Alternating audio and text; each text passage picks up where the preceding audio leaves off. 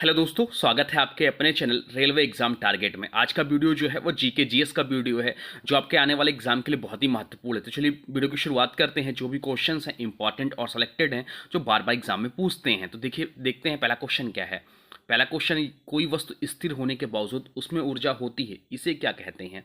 कोई वस्तु स्थिर होने के बावजूद उसमें ऊर्जा होती है, इसे क्या कहते हैं। गतिज ऊर्जा, स्थितिज ऊर्जा, शून्य ऊर्जा या विश्राम ऊर्जा। तो इसका राइट आंसर हो जाएगा ऑप्शन डी, विश्राम ऊर्जा या रेस्ट एनर्जी कहते हैं। चलते हैं अगले प्रश्न की ओर। अगला प्रश्न आपसे पूछा है, एक सरल लोलक की समय अवधि किस पर निर्भर नहीं करती। एक सरल लोलक की समय अवधि किस पर निर्भर नहीं करती। लंबाई पर, गुरुत्वाकर्षण पर, आयाम पर या समय पर। राइट आंसर हो जाएगा ऑप्शन सी, आयाम पर। चलते हैं अगले प्रश्न की ओर। अगला प्रश्न आपसे पूछा है, कौन सा अम्ल त्वचा को सबसे अधिक जलाता है। कौन सा अम्ल त्वचा को सबसे अधिक जलाता है। Sulphuric acid, hydrochloric acid, nitric acid या एसिटिक एसिड। तो राइट आंसर हो जाएगा ऑप्शन ए, सल्फ्यूरिक एसिड। चलते हैं अगले प्रश्न की ओर। अगला प्रश्न आपसे पूछा है, पीतल किसका मिश्र धातु है। पीतल किसका मिश्र धातु। तांबा प्लस टीन का, तांबा प्लस जस्ता का, तांबा एल्युमिनियम का या लोहा और कार्बन का। तो राइट आंसर हो जाएगा ऑप्शन बी, तांबा और जस्ता का है पीतल जो मिश्र धातु है। चलते हैं अगले क्वेश्चन की ओर। अगला क्वेश्चन आपसे पूछा है, कोई तत्व रासायनिक अपक्रिया में क्यों भाग लेता है। कोई तत्व जो होता है वह रासायनिक अपक्रिया में क्यों भाग लेता है। स्थिरता प्राप्त करने के लिए, आयतन कम करने के लिए, घनत्व बढ़ाने के लिए या द्रव्यमान बढ़ाने के लिए। तो इस क्वेश्चन का जो राइट आंसर हो जाएगा वो हो जाएगा ऑप्शन ए, स्थिरता प्राप्त करने के लिए। चलते हैं अगले प्रश्न की ओर। अगला प्रश्न आपसे पूछा है, डीएनए की दो स्टैंडर्ड को आपस में कौन से बंध जोड़ते हैं। डीएनए की दो स्टैंडर्ड्स को आपस में कौन से बंध जोड़ते हैं। कोवेलेंट जोड़ता है, हाइड्रोजन जोड़ता है, आयनिक जोड़ता है, मेटेलिक जोड़ता है। तो राइट आंसर हो जाएगा ऑप्शन बी, हाइड्रोजन जोड़ते हैं। चलते हैं अगले क्वेश्चन की ओर। अगला क्वेश्चन आपसे पूछा है, गर्भावस्था के दौरान कौन सा हार्मोन अधिक सक्रिय होता है। गर्भावस्था के दौरान कौन सा हार्मोन अधिक सक्रिय होता है। प्रोजेस्टेरोन, एस्ट्रोजन, टेस्टोस्टेरोन या थायरॉक्सिन। तो राइट आंसर हो जाएगा ऑप्शन ए, प्रोजेस्टेरोन हार्मोन्स जो है वह अधिक सक्रिय होता है। चलते हैं अगले प्रश्न की ओर। अगला प्रश्न आपसे पूछा है, पादप कोशिका में कौन सा अंग अतिरिक्त होता है जो पशु कोशिका में नहीं होता। आपसे पूछा है, पादप कोशिका में कौन सा अंग अतिरिक्त होता है जो पशु कोशिका में नहीं होता। तो राइट आंसर इसका हो जाएगा कोशिका भित्ति। कोशिका भित्ति इस क्वेश्चन का राइट आंसर हो जाएगा। चलते हैं अगले प्रश्न की ओर। अगला प्रश्न आपसे पूछा है, किस गैस को निष्क्रिय गैसों का राजा कहा जाता है। किस गैस को निष्क्रिय गैसों का राजा कहा जाता है। तो हीलियम को निष्क्रिय गैसों का राजा कहा जाता है। चलते हैं अगले क्वेश्चन की ओर। अगला क्वेश्चन आपसे पूछा है, पादपों की वृद्धि का हार्मोन कौन है। पादपों की वृद्धि का हार्मोन कौन है। तो राइट आंसर हो जाएगा ऑप्शन सी, ऑक्सिन हार्मोन जो है वो पादपों की वृद्धि का हार्मोन है। चलते हैं अगले क्वेश्चन की ओर। अगला क्वेश्चन आपसे पूछा है, सामान और सेवा कर जीएसटी लागू करने वाला पहला देश कौन सा था। तो भारत में जो जीएसटी लागू हुआ 1 जुलाई 2017 को लागू हुआ, और विश्व में जो पहला देश था जीएसटी लागू करने वाला वो फ्रांस था।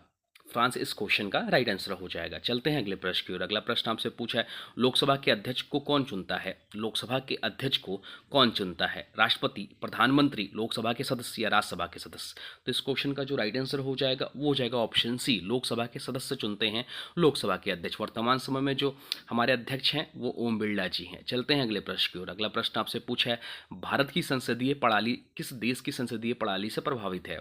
भारत की संसदीय प्रणाली किस देश के संसदीय प्रणाली से प्रभावित है। तो राइट आंसर हो जाएगा ऑप्शन बी, ब्रिटेन से प्रभावित है। चलते हैं अगले प्रश्न की ओर। अगला प्रश्न आपसे पूछा है, सैडलर आयोग का संबंध किससे था। सैडलर आयोग का संबंध किससे था।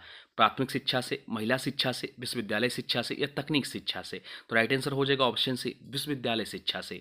अगर ऑप्शन में शिक्षा ही दिया होता तो केवल शिक्षा या पर ही टिक करते। चलते हैं अगले प्रश्न की ओर। अगला प्रश्न आपसे पूछा है, गांधी जी ने किस कानून को काला कानून कहा था। गांधी जी ने किस कानून को काला कानून कहा था। तो रॉलेट एक्ट को गांधी जी ने काला कानून कहा था। इसी के विरोध में जो जालियांवाला बाग हत्याकांड हुआ था इसी के विरोध में हुआ था। चलते हैं अगले क्वेश्चन की ओर।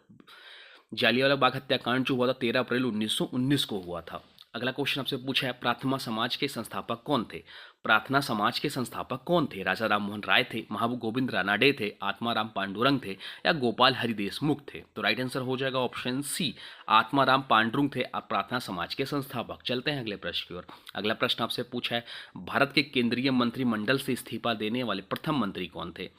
भारत के केंद्रीय मंत्रिमंडल से इस्तीफा देने वाले प्रथम मंत्री कौन थे? तो राइट आंसर हो जाएगा ऑप्शन ए, श्यामा प्रसाद मुखर्जी थे। इंपॉर्टेंट मार्क कर लीजिए क्वेश्चन। और पहले रेल मंत्री जो इस्तीफा दिया वह लाल बहादुर शास्त्री थे। तो इस क्वेश्चन का राइट आंसर हो जाएगा श्यामा प्रसाद मुखर्जी। पहले केंद्रीय मंत्रिमंडल थे जो मंत्रिमंडल से इस्तीफा देने वाले पहले मंत्री थे। चलते हैं अगले प्रश्न की ओर। अगला प्रश्न आपसे पूछा है, असम का शोक किस नदी को कहते हैं? असम का शोक किस नदी को कहते हैं? तो असम का शोक जो कहते हैं वह ब्रह्मपुत्र नदी को कहते हैं। ब्रह्मपुत्र नदी को असम का शोक कहते हैं। बंगाल का शोक दामोदर नदी को कहते हैं। बिहार का शोक कोसी नदी को कहते हैं। ये सब भी ध्यान रखिएगा।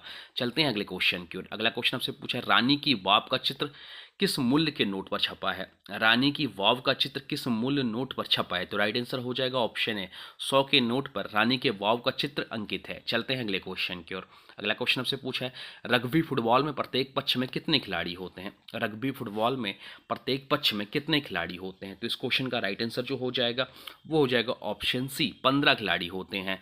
चलते हैं अगले प्रश्न की ओर। अगला प्रश्न आपसे पूछा है, संविधान सभा में कुल कितनी महिलाएं थी? संविधान सभा में कुल कितनी महिलाएं थी? संविधान सभा में कुल 17 महिलाएं थी। तो राइट आंसर हो जाएगा ऑप्शन डी। चलते हैं अगले प्रश्न की ओर। अगला प्रश्न आपसे पूछा है, विटामिन के का रासायनिक नाम क्या है? विटामिन के का रासायनिक नाम क्या है? तो विटामिन के का रासायनिक नाम जो है फाइलोक्विनोन है। फाइलोक्विनोन विटामिन के का रासायनिक नाम है। चलते हैं अगले क्वेश्चन की ओर। अगला क्वेश्चन आपसे पूछा है, भारत का प्रथम ज्योतिर्लिंग कौन सा था? भारत का प्रथम ज्योतिर्लिंग कौन सा था? केदारनाथ, त्र्यंबकेश्वर, सोमनाथ या महाकालेश्वर? तो राइट आंसर हो जाएगा ऑप्शन सी, सोमनाथ जो है भारत का प्रथम ज्योतिर्लिंग था। चलते हैं अगले प्रश्न की ओर। अगला प्रश्न आपसे पूछा है, भारत के प्रथम जनगणना आयुक्त कौन थे?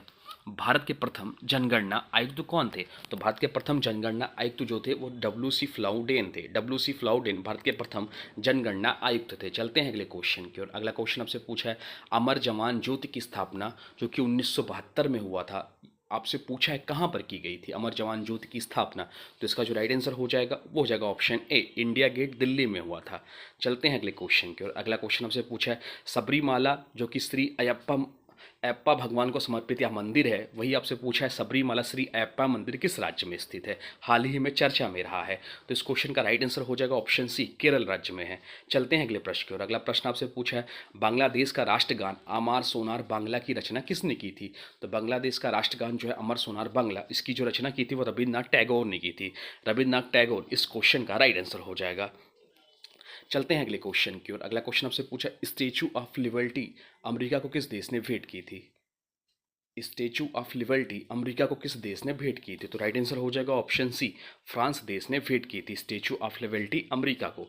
चलते हैं अगले क्वेश्चन की ओर। अगला क्वेश्चन आपसे पूछा है, भारतीय सिनेमा का जनक किसे कहा जाता है? भारतीय सिनेमा का जनक किसे कहा जाता है? तो राइट आंसर जो हो जाएगा वो हो जाएगा ऑप्शन सी, दादा साहब फाल्के को भारतीय सिनेमा का जनक कहा जाता है। चलते हैं अगले प्रश्न की ओर। अगला प्रश्न आपसे पूछा है, भारत में अंग्रेजों की पहली फैक्ट्री कहाँ स्थापित हुई थी? तो भारत में अंग्रेजों की पहली फैक्ट्री जो स्थापित हुई थी वह सूरत में स्थापित हुई थी। तो राइट आंसर जो हो जाएगा ऑप्शन ए, सूरत